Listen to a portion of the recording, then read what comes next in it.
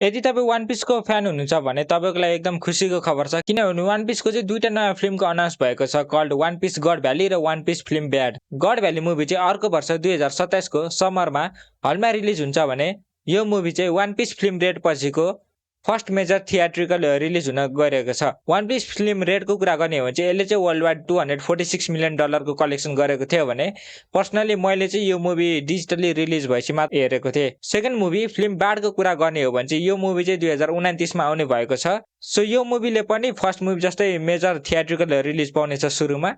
यो फिल्मको इन्ट्रेस्टिङ कुरा भनेको चाहिँ यसको टाइटलमा चाहिँ डीलाई एकदमै धेरै फोकस गरेको छ। हामी सबैलाई नै थाहा छ वान पिस भित्रको त्यो डीको मिस्ट्रीको बारेमा हैन। सो यो मुभीमा चाहिँ डीको बारेमा अझै अलिकति धेरै खुलासा हुन्छ कि भन्ने एउटा आश मात्र गर्न सक्छौँ हामी।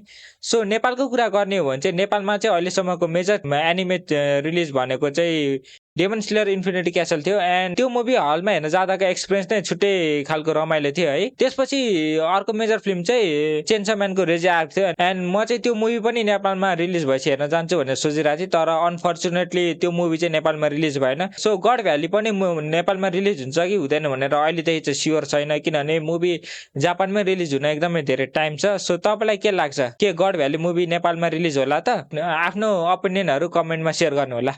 Thank you.